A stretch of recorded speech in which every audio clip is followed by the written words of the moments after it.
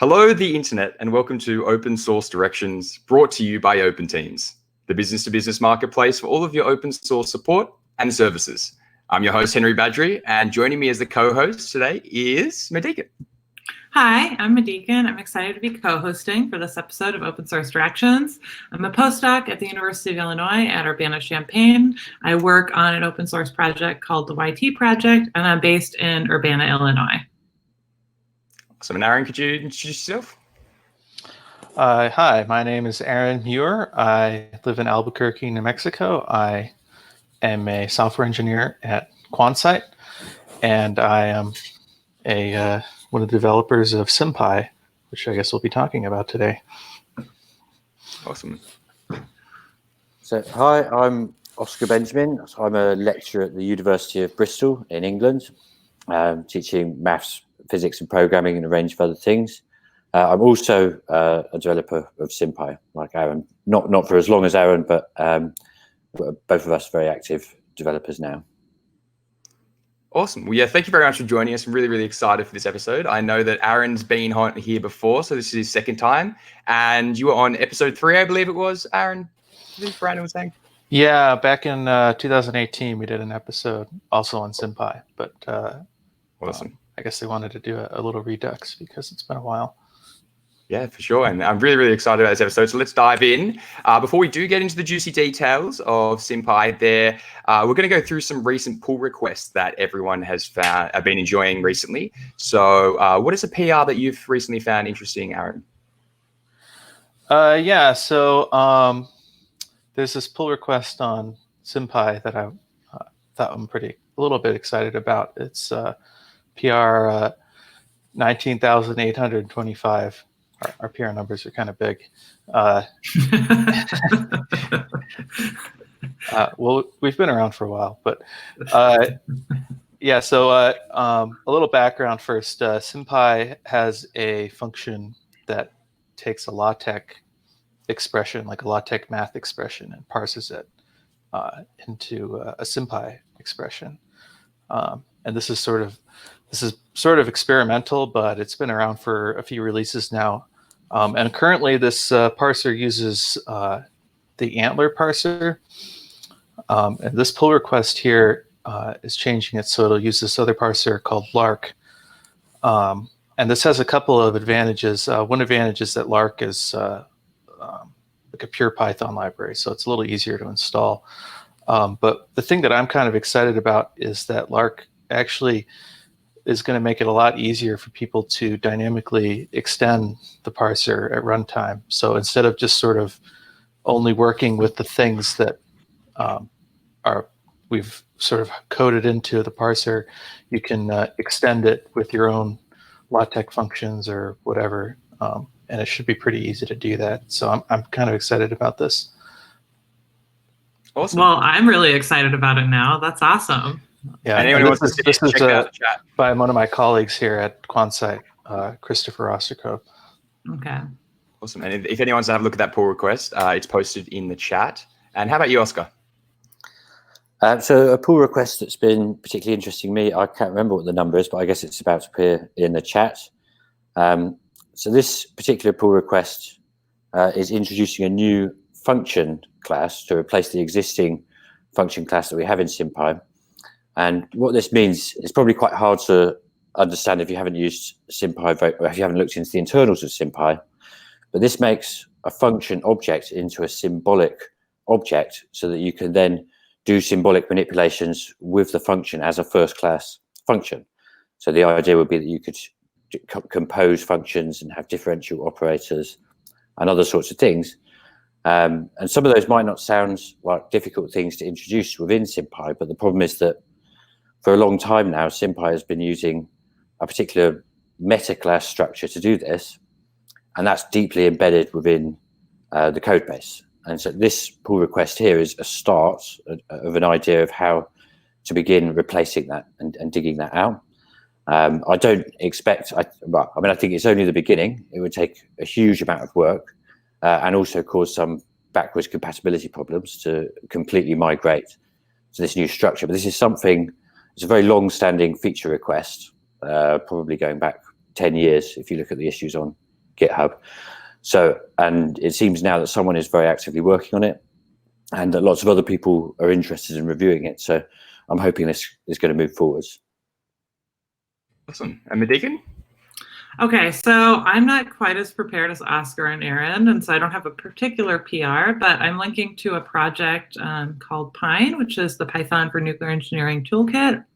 And Pine is doing a development sprint this week, I think because they're trying to prepare for an upcoming release. They haven't done a release for a while. And so they have a bunch of pull requests that are all going in, or that have been submitted in the past few days. Like their cadence has really upped in the past couple of days because of this. So I'd like to give them a shout out because, you know, we all need to do some release sprints every once in a while. And I want to give them some props for that. So great job, Python for Nuclear Engineering Toolkit. Awesome. Well, thank you everyone for sharing that. We're now going to jump in and give a bit of context and a few details about what SymPy really is and a bit about the history of SymPy. So SymPy is a Python library for symbolic mathematics. It aims to be an alternative to systems such as Mathematica or Maple, while keeping the code as simple as possible and easily extensible.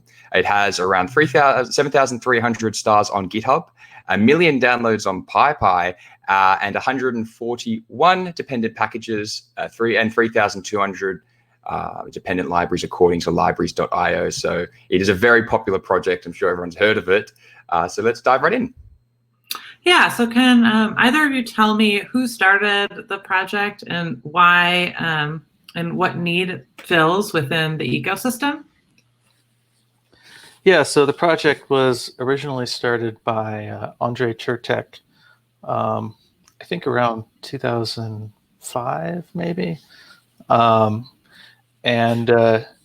know, he originally started it just to help him do some of his work for his physics graduate work, but it sort of took off as a lot of different people have picked it up and contributed things. And basically, any time that you want to do sort of symbolic mathematics, and that's, you know, any field of mathematics, it's a pretty standard thing to use.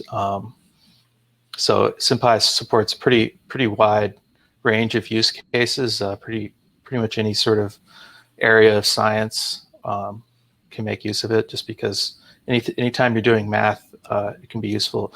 It can be useful just as like a calculator to help you like solve your problems, but it also can be useful to actually as like a stage in like a scientific workflow where you, for example, will take your problem and use SymPy to sort of generate some code, for example, or you know, all sorts of different things like that. Excellent. And I want to give a little shout out because Andre was on Open Source Directions a few episodes ago in our Fortran episode. So if any of you want to like see the true connection here, you can go back and listen to that episode too. Sure. And I just want to quickly remind everyone that we'll be answering questions towards the end of this webinar. So if you have any questions, then please just ask them in the chat and we'll be answering those later on. So I'm interested to know, can you tell me a little bit about the history of the name and also the logo? Well, I mean, the name SymPy is not as interesting as you might imagine. So SymPy is short for symbolic Python. So it's a library that's written in Python and used from Python, and it's for doing symbolic manipulation. So I guess in that sense, it's analogous to NumPy, which is a library for numerical calculations. The logo is, I'm trying to picture what the logo is now. It's a snake wrestling some equations. Yeah. Or a dice. I don't know, Aaron. Oh yeah. Very good. Oh, whoa, amazing. By the way, you can buy these shirts. NumFocus has a store where you can buy merch with logos from the various projects, and the profits from that actually go back to the projects if you want to do that. Yeah. So the logo was actually created by one of our contributors back when the project started. He's a guy named Frederick Johansson, who's also the creator of MP Math, which is a library that SymPy uses to do arbitrary precision numerics. And yeah, I don't know. It's a snake wrapped around a box with some different math symbols on it. So I like it. It's definitely better than a lot of the logos out there. Yeah, it's a very nice logo, and you can get like also T-shirts from the shop, or you could get a mug. Maybe you want to have a SymPy mug. Yeah, I don't know. Aaron's got a pretty mugs, cool. The standard kind of. Yeah, I feel like this is a little bit of a detraction, but Aaron has also a very cool mug he's drinking a beverage out of today that we can give a shout out. Whoa, Conda Forge. Very cool. It's like multiple layers of open source coolness today. So I'm into it. Okay, so can you, either of you tell me, I'll go back, nice segue here. Can either of you tell me if there are alternative projects out there, specifically I think in the Python ecosystem, because you mentioned that it's an alternative to Mathematica or Maple within like larger sort of larger package ecosystem? Yeah, so probably inside of Python itself, the most common alternative that you would think about is Sage. Mm-hmm. And Sage works a little bit differently than SymPy in that it's sort of designed to be more like a Mathematica or a Maple, where it's like a sort of an end-to-end application that you use. And the way that Sage works is that it actually takes pretty much all of the open source mathematics libraries that are out there. So there's like Maxima, Gap. It actually includes SymPy itself, and it combines them all together into one sort of unified package, and you can interface with it through Python.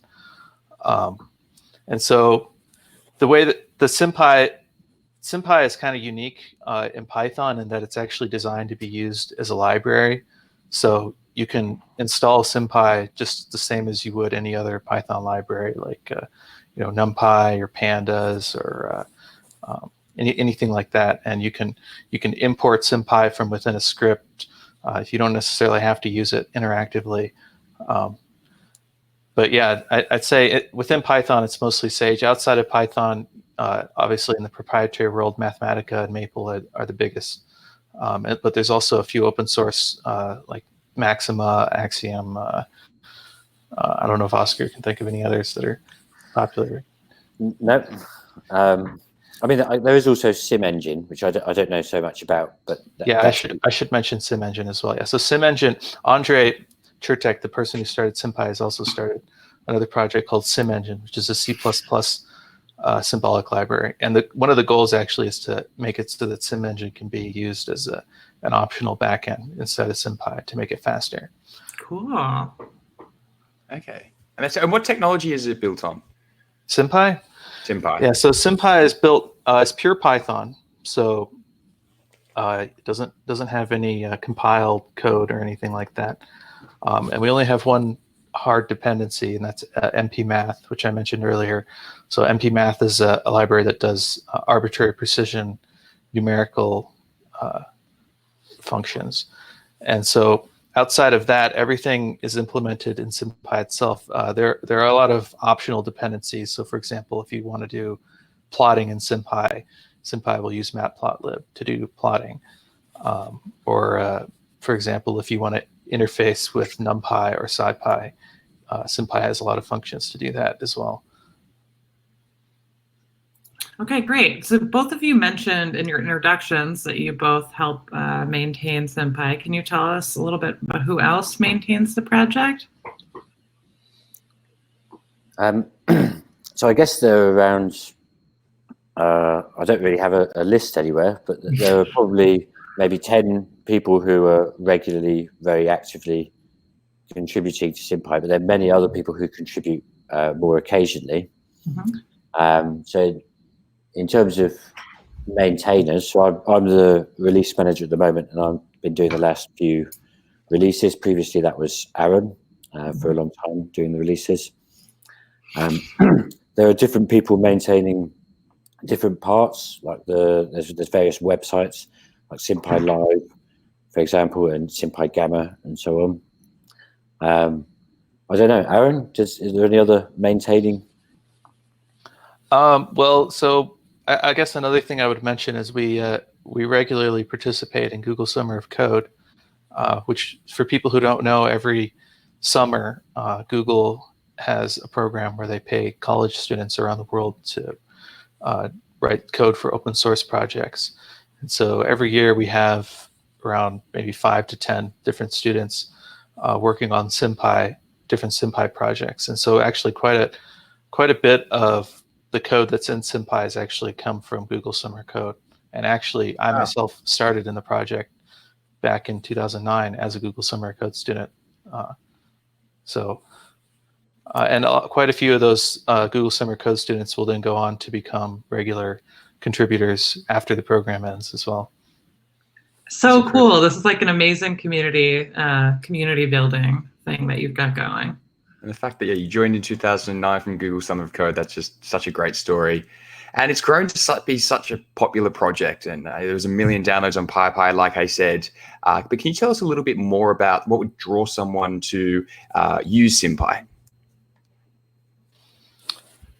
Yeah, so I think, like I said, there's quite a few different sort of use cases. So SymPy probably has about, I don't know, maybe 20 different submodules for different areas of mathematics. And so the most common things are probably sort of like the solvers, things like doing calculus, like integration, differentiation. But there's also a lot of sort of, I guess, more niche submodules that are used. They're used regularly, but not by everybody. So there's things, for example, there's like a physics submodule that has some modules to do work for different areas of physics, like mechanics or quantum physics. There's a group theory module, and so different. Some people just use it to help them do their coursework if they're students. Some people use it to do. It goes from there all the way to doing real science, research, where a pretty common use case is that sort of scientists will use is this code generation thing, where the basic idea is you can take a SymPy expression and generate code to a fast language like C or Fortran that represents that expression. And so what you can do, the general workflow is you sort of use SymPy to model whatever it is that your problem represents, and you can use all the computer algebra facilities. You can take derivatives. You can solve equations. But then once you actually have whatever it is you're trying to model, you can then generate very fast code to numerically evaluate that. And so SymPy sort of lets you have kind of the best of both worlds, where you can actually have a mathematical representation of what you're doing, but then also do it numerically as well. This is excellent. And thank you for giving so much good background for SymPy for everybody listening. I think this is really exciting and helpful. So yeah, and so okay, to build off of this, so you talked a little bit about different use cases of SymPy. What communities do you see your users and contributors come from? Are they different? Are they sort of similar, that their users contributing stuff? Because Google Summer Code means that they might not be necessarily prior users of SymPy either, I'm guessing, right? Well, there are lots of different groups of contributors, users of SymPy. So as Aaron mentioned, you might have students, for example, using SymPy. And you might have people who are teaching using SymPy, or using SymPy as part of their teaching, and all the way through to people doing research. So generally speaking, people are coming from apart from the students, I'd say it's people coming from the scientific Python side of things. So it's the same kind of people who would be using other libraries like NumPy or SciPy or Pandas or whatever, or all those kinds of things. SymPy is part of that package, and often people install those things all as one using something like Anaconda. So it tends to be the same kind of users as all of those things, but at the higher end, you have people who are building tools out of SymPy, either to streamline analytic techniques in research, or as part of researching on symbolic mathematics itself. But then right down at the other end, you just have people just using it just to do a quick calculation. Awesome. And it seems like you've got such a big contributing community, which we discussed before. But is the project participating in any diversity or inclusion efforts?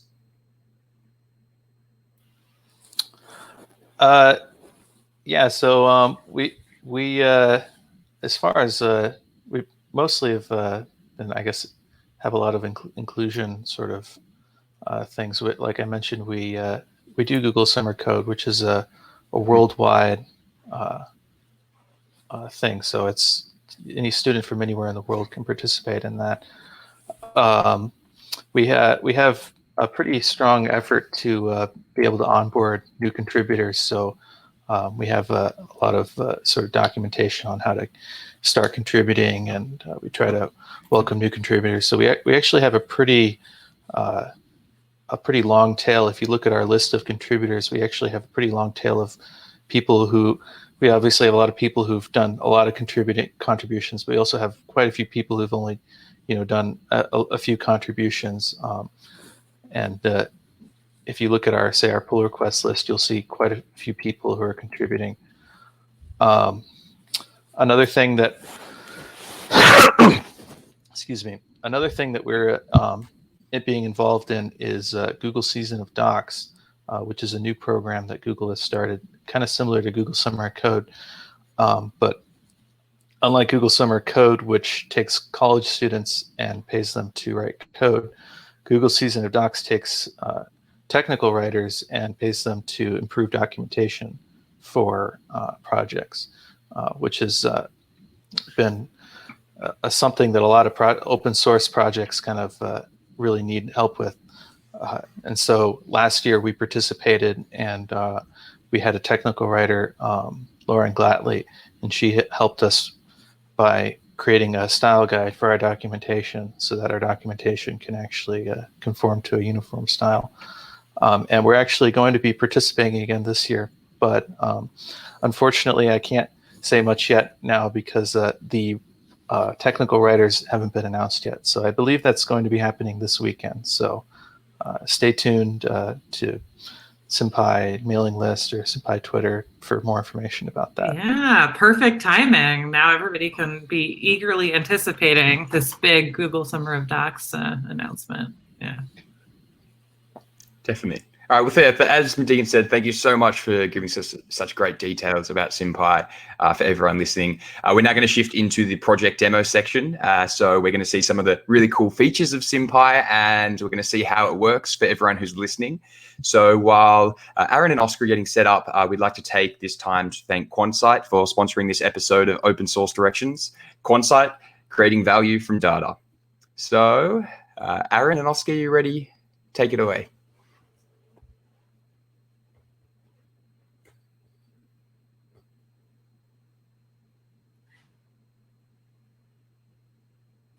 Here we go.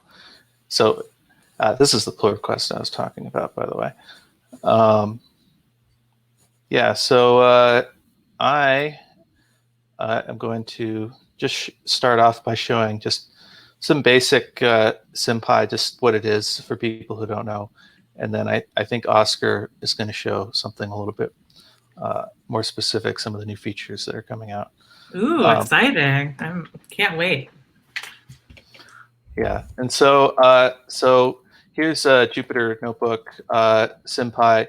So if you're just using SymPy interactively as a calculator, you can just run from SymPy import star.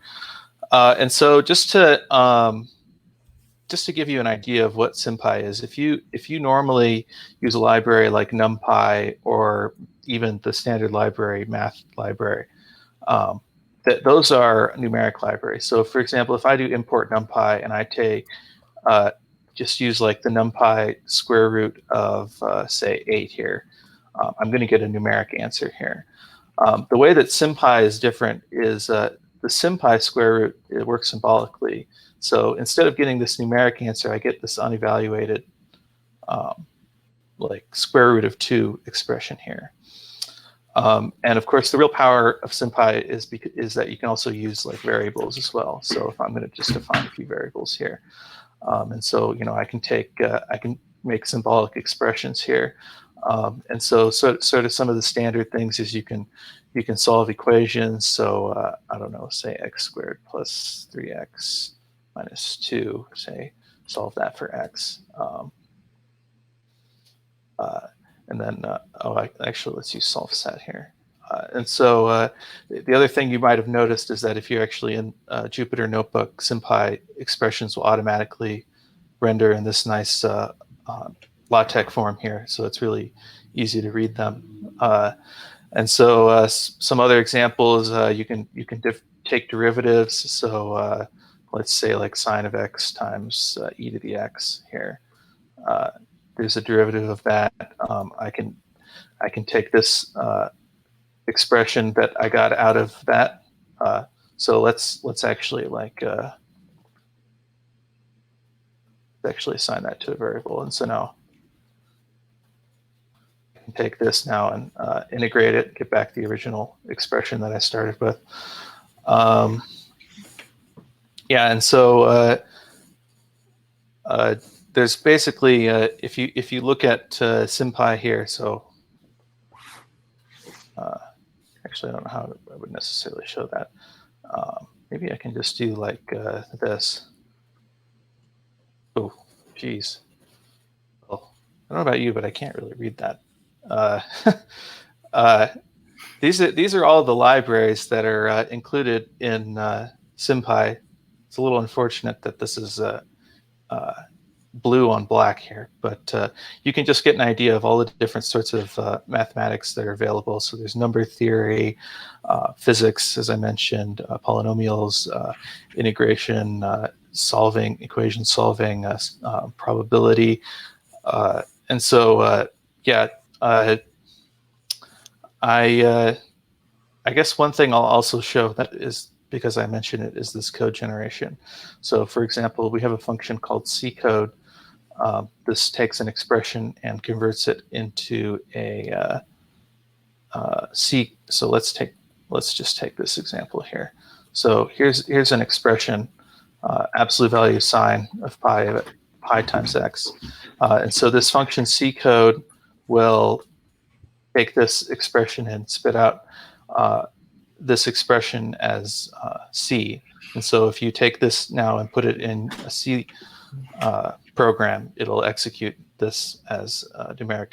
And this is really useful because sometimes you'll be using SymPy, for instance, and you can very easily generate expressions that are pages and pages long, and you would never want to handwrite these into like a program. And it's actually pretty common in many applications to end up with these kinds of expressions. And this code generation lets you sort of make a pipeline that does everything automatically. And so another example is, here's this same expression in Fortran. And then I think the last thing I want to show here, we also have like a dozen other languages that we support. The last thing I want to show is some of the NumPy integration. So there's this function lambdify,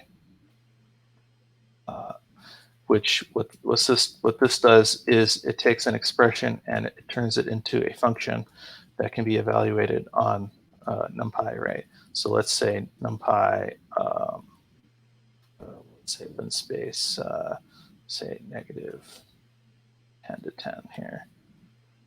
So now if I take this function here, I can now evaluate it on this NumPy array. And so, for example, I can now plot it. So let's see if I can plot a live demo without messing it up. I believe we have to do map plot lib inline. So, oops, that should be that. tlt.plot. There we go. I should probably include a few more points in this array so that it actually shows up nice. And so if you're just working, say, with NumPy, you can still use SymPy to generate your expressions and then very easily convert them into the equivalent NumPy function using lambdify. So I think with that, I'll hand it over to Oscar. Awesome, thank you. Okay, so I'll just try and share my Jupyter notebook. One moment.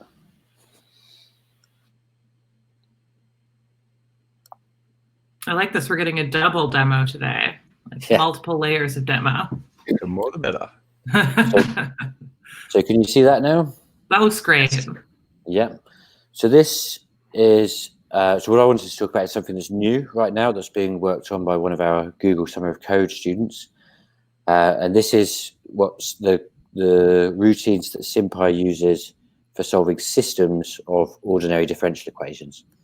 So ordinary differential equations are called ODEs for short, and they're very common in many different areas of science and maths. And so just to show what an ordinary differential equation looks like, the idea is that we have things that are functions here, x and y and z, of some other variable, which I call t here, which usually means time in most applications. And if I just print out what the equation looks like, and then we can see here, we have dx by dt equals t squared. So that's a very simple differential equation. And SymPy has a function dsolve, which can solve that. So it can find a function x of t that will be a solution of this. And so in this example, we get x is t cubed over 3 plus a constant c1. So that part of SymPy is well developed and has been there for a long time for solving a single ordinary differential equation. But then there's also a part of the code base that is for solving systems of ordinary differential equations. And so if I show an example here, so these two differential equations would be a representation of, for example, projectile motion. So if I was to throw a ball in the air in a two-dimensional world, then there would be no horizontal acceleration, and there would be a vertical acceleration that's given by the rate of gravity. And so we get this kind of pair of differential equations for x and y. In this case, it's relatively trivial to solve the two separately.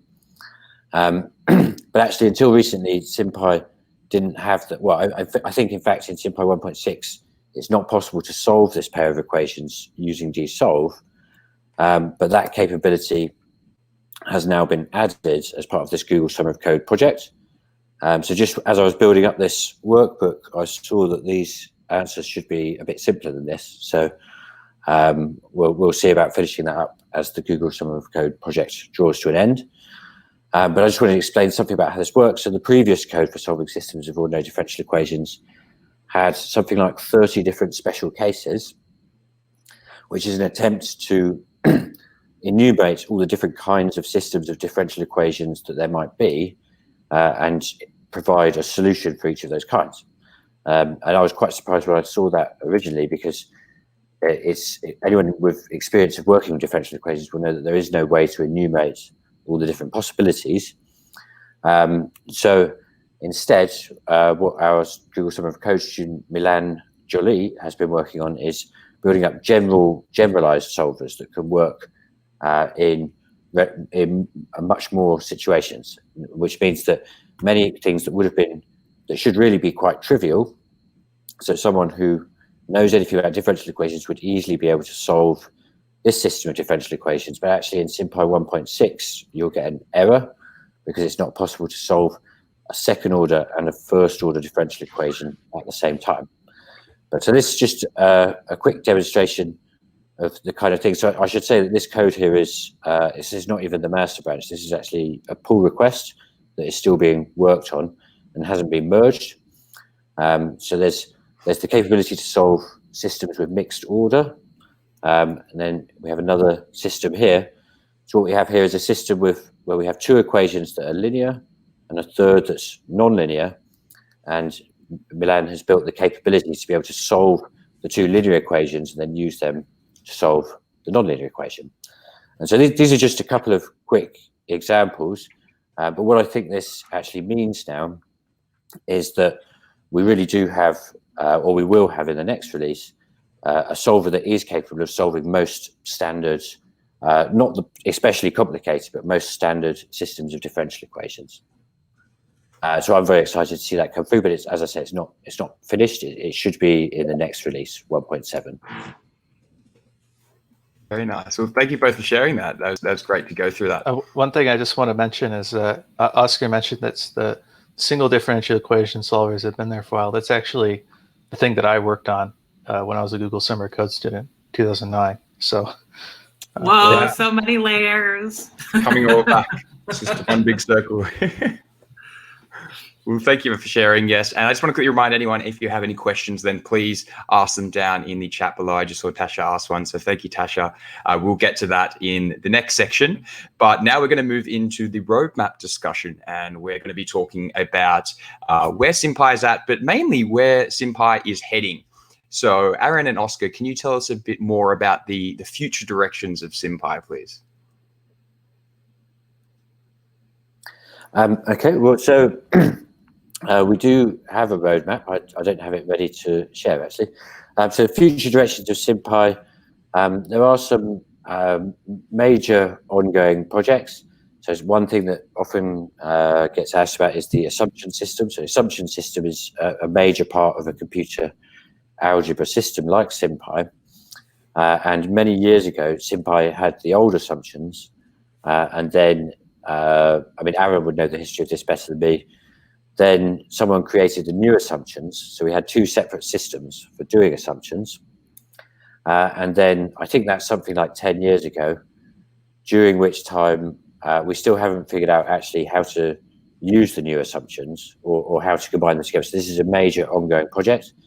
There was a lot of progress last year, but the future direction is still not entirely clear to me. So that's but we know that something needs to happen with that. So that's one part of the one part of the roadmap.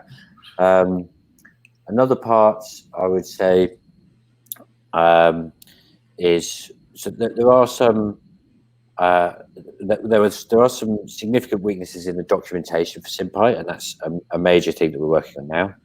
So Aaron worked quite closely with Google Summer of Docs when we had Lauren last year to produce the documentation style guide. That now needs to be applied all across the documentation for SymPy. So actually that project was just about defining the style guide and just applying it in a few places as examples. It's now a major piece of work to go through all of the documentation and reformat it in this way. Also, we really need to, I think, reorganize the documentation at a high level and rewrite many of the different sections of it and expand on lots of things. So I think, to me, that seems like the most major thing that I see that we are working on and should be working on that's probably going to have the biggest impact for our users. There are other long-standing issues internally within SymPy that's quite hard to explain really without going into a lot of detail. But so I think in some ways, SymPy, its code base has grown and it's been very useful. And people have built lots of things on top of it, but there are various places where it's creaking a bit around the edges. And we really need to make some deep changes inside of SymPy in order to progress on some things. And that's the example of the pull request that I showed earlier, which is to change the way that functions is a very basic thing. We need to change the way that those are implemented. It's a very long-standing project, and I think I see quite a few of those coming up now, although they're hard to explain in full detail. Aaron, did you want to add anything on the roadmap? Yeah, so I put a link to the roadmap and also the style guide in the chat if people want to take a look. I think I agree with Oscar that those are definitely some of the most important things. We have a couple other things here on our roadmap too that, for example, performance is something that's always important for SymPy, just making it so that things run faster. And then, as I mentioned, one of the potential ways that we can do that is by integrating SymPy more closely with SymEngine, which is a new C++ symbolic system that's designed to be very fast. Another one that I just want to mention is just sort of general, sort of broad algorithmic improvements of different symbolic algorithms. There's especially a lot of sort of highly mathematically technical sort of algorithms that it would be nice to have them implemented, which if you just sort of learned about them directly, you wouldn't think that, like, who cares about this other than like some pure mathematician. But it actually kind of like ends up layering onto things, and so some of the functions that you would actually end up using, like things like solve or integrate, can actually make use of these. And it's actually kind of hard right now for certain things to work properly without having some of these algorithms implemented. So it would be nice to get more work there. Where's a good place for a new contributor to come? Where's a good place for them to start, or what should they start working on? Well, they should work on whatever's interesting to them. Like I said, there's a lot of submodules in SymPy. We have a easy to fix label on our issue tracker, which you can look at to sort of get some easy bugs if you want to look at those. We do have a new contributor guide as well, which I'll put a link to it in the webinar chat as well for that. But yeah, I would just my recommendation is always just work on the parts that are interesting to you, the parts of mathematics that you know a lot about or you want to learn more about, are definitely the best way to go. Especially if you sort of have an expertise in something that most people wouldn't. We definitely love to have people who have domain expertise on these different areas, because like Oscar and I, probably even between the two of us, like there's still just tons of parts of SymPy that we can't really even contribute to because we just simply don't know the mathematics. There's just so much there. So actually, you can go and then I'll ask my question. Oh, sorry, I was just going to say, if someone is looking to contribute, we are not short of open issues on GitHub, which you can feel free to look through. I'm sure there's hundreds of thousands.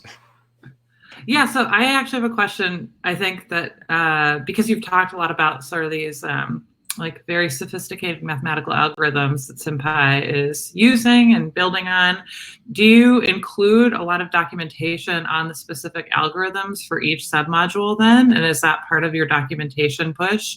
Or is that more, if you're going to get involved in developing that you kind of need to specifically look through the code to understand what the math is behind it? I'd say there's probably less internal documentation like that. Depending on how technical things are, you might end up having to go like read some papers and things like that. Oh, great. There are some algorithms in SymPy that are basically just implementing an algorithm from a paper. So if you want to work on it, you have to go read the paper. But there's other things where, the easiest way to understand what's going on is just read the code, read the comments in the code. We try to make the code as easy to read as possible, so that it's easy for anyone to go in and improve it. Yeah, that's an ongoing struggle, I think, in a lot of projects, right? Trying to make it easy, but to read, but also, like clearly sophisticated and following good algorithmic processes. So I guess actually related to this though, is your season of docs then more improving your user-facing docs as opposed to internal documentation? And is it specifically for those types of use cases? Well, so we've got project ideas for sort of both of those, actually. Okay, sorry, didn't mean to make you reveal something. So I mean, if you're a tech writer, or if you know a tech writer who would be interested in participating in the future, we definitely want people who we want to improve like all areas of our documentation. And, when our tech writers for this year are announced in a couple of days, I guess we'll find out more about that. Like I said, watch our mailing list or Twitter. We'll make an announcement about that. Yeah, I'll be sure to do that. I'm sorry I was asking the documentation questions because I'm excited to hear about your docs push. I think that's very cool. I think a lot of open source projects need to follow your lead, because as we know, documentation is very, very important. But thank you very much for sharing that. SymPy is such a great community, and it's obviously got such a great set of maintainers too, and people who look after the community. So Thank you for your efforts. We're now going to head into answering a few of these questions. So thank you very much for asking questions throughout the episode. We'll now get to them. And Deacon, do you want to kick it off? Yeah, sure. So our first question is from Tasha Kim. And Tasha asks, would you be able to demonstrate some of the geometry modules / submodules for us? Sorry, this is like an impromptu demo. And if you don't feel comfortable sharing it, that's totally okay. You can direct to a documentation or something. I have to be honest, I've literally never used a geometry. I haven't used it very much either. I mean, I can try. I certainly, I'm open to giving it a college try here. Okay, yeah. Hold on, let me actually see if I can. Yeah, we're keeping you on your toes. It's really. Tasha is, I think, one of our first viewers in my history on open source directions to ask for an additional demo. So this is clearly you're both a demo. Well, demo expert. Yeah, well, that was the fourth demo that you gave, both of you. I also haven't really. So I don't. I guess something I can show also is our documentation here. One of the features in our documentation is it integrates with SymPy Live. So if I click this little button here, this will pop up and actually run the example here on the side here.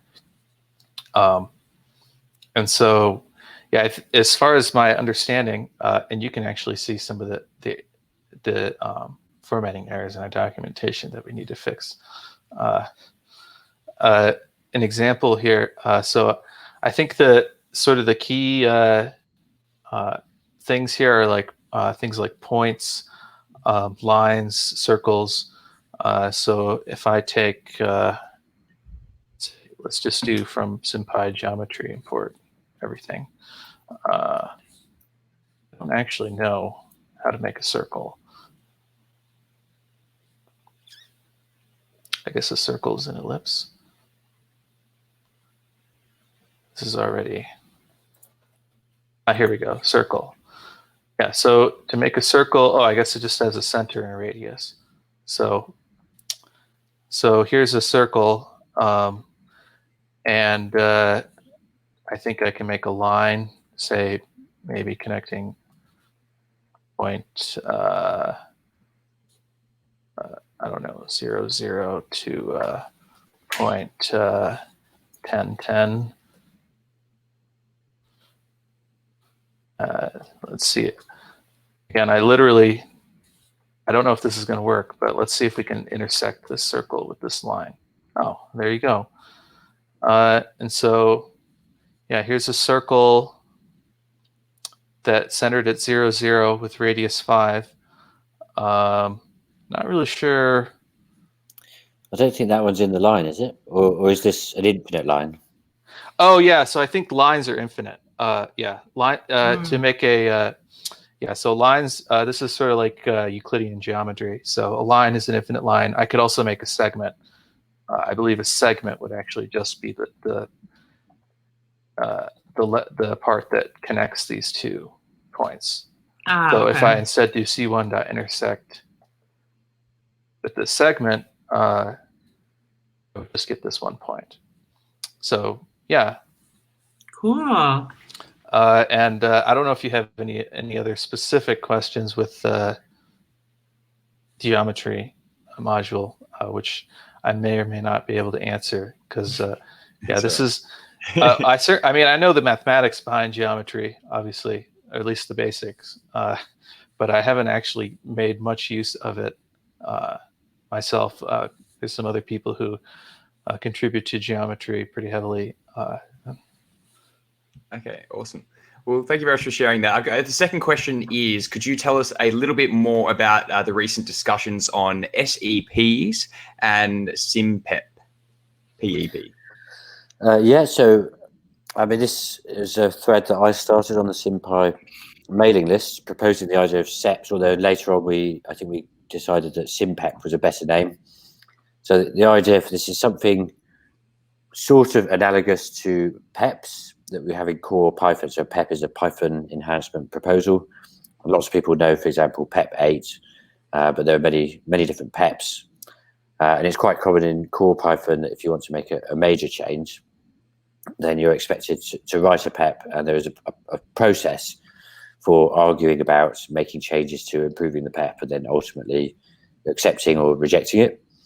So I was imagining something much more informal for SymPy, but perhaps more related to what we were talking about with internal documentation earlier on.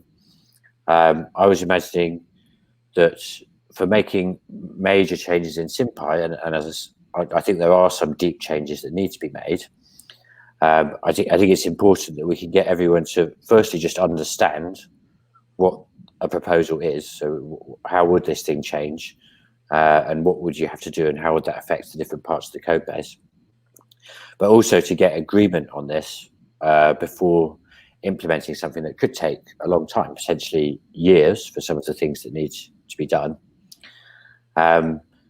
So I was just suggesting the idea that maybe we could start building up a body of SymPeps, which are documents that describe changes that we want to make in SymPy, particularly where they are not backward compatible. So we're going to have to break people's code potentially in some changes, and where it's a major change that cannot be done in a single pull request, or perhaps even by a single person, and that would take a long time. So I suggested that on the mailing list, and it seems like people broadly think it's a good idea. But then we need to come up with the detail of how we actually want that to work for SymPy. So I don't think we want a big formal process as there is for core Python's PEPs, but there needs to be some sort of way of deciding when you think that something is agreed or that something is rejected somehow. So we need to think about that in more detail. Aaron, did you want to say anything about that? Yeah, so I think there's a few other projects in the scientific Python ecosystem that have PEP-like processes. So I think NumPy has NEPs, and Matplotlib has MPEPs, I think they're called. And so our current plan is to sort of look at how some of these other projects do things and see, what sorts of things, what processes would make sense for SymPy in there. So if you have any thoughts or any feedback on how you think we should do things, we definitely want to hear what people in the community think. Great. Well, thank you very much for answering those questions. And thanks to everyone who asked them. We're now going to move on to our world famous rant and rave section, where we're each going to sit down on a soapbox and get either rant or rave about any topic you like. So, Aaron, do you want to kick it off? Yeah, I guess I'll kick it off. So I think the last time I was on Open Source Directions, I did a rant. So this time I'm going to do, I guess, a rave.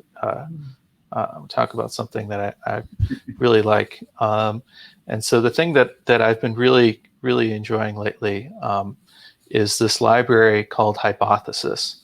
And so for those who don't know, Hypothesis is a Python library. It's a testing library, and it's what's called known as a property testing library. So the way that Hypothesis works, normally when you write your tests, say you have some function, you'll take a bunch of inputs for that function, and you'll say something like, my function on this input equals, assert that my function on this input equals this output, and then do that for a whole bunch of different inputs and outputs, and that'll be your test. The way the Hypothesis tests works is a little different. Instead of coming up with a bunch of inputs and outputs, instead you sort of write your test and sort of tell it what sorts of things you want to be true about your function. So for example, say I have a function that computes the square of a number. So I might have a test that says, like, assert that the result of this function is positive, or something like that. And then what Hypothesis will do is you actually all you do is tell Hypothesis what sorts of inputs your function will take. So for example, you might say, my inputs are going to be integers, or my inputs will be like a list of integers or a list of floating point numbers, and Hypothesis will automatically generate inputs to your function that go through the tests that you've written, and it'll basically sort of intelligently try to find an input that fails your test for you. And so the reason this is cool is because you can sort of use this to find failing test cases that you would never find on your own, because there might be some weird corner case that you didn't even think about, or there might be a whole lot of different sort of combinations that are hard to sort of enumerate by hand. And hypothesis can basically, as long as you can write a test that tells, that just checks sort of the higher level properties that you want to hold true, hypothesis will find those for you. And it's an extremely pleasant library to work with. So we don't use it yet with SymPy. There is an open pull request to start trying to use it, but I've been using it with some other code that I've been working on, and I highly recommend it. Great. Awesome. Thank you for sharing. And Oscar? Yeah, so Aaron went for a rave, so I'll go for a rant. So I spend a lot of time having discussions on GitHub to do with SymPy. And something that I do very commonly is copy from the IPython terminal into GitHub. And that's quite nice, because SymPy has a way of doing equations in text, and that text can go straight into GitHub, and you can sort of see it without me having to do any screenshots.